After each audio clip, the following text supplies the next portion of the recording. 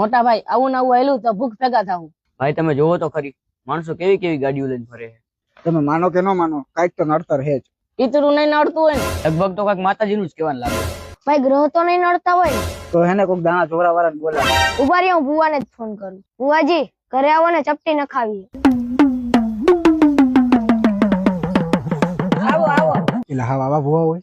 આખી દુનિયા વિકાસ કરે, તમે ભૂવા થોડા વાયા રહી ગયા.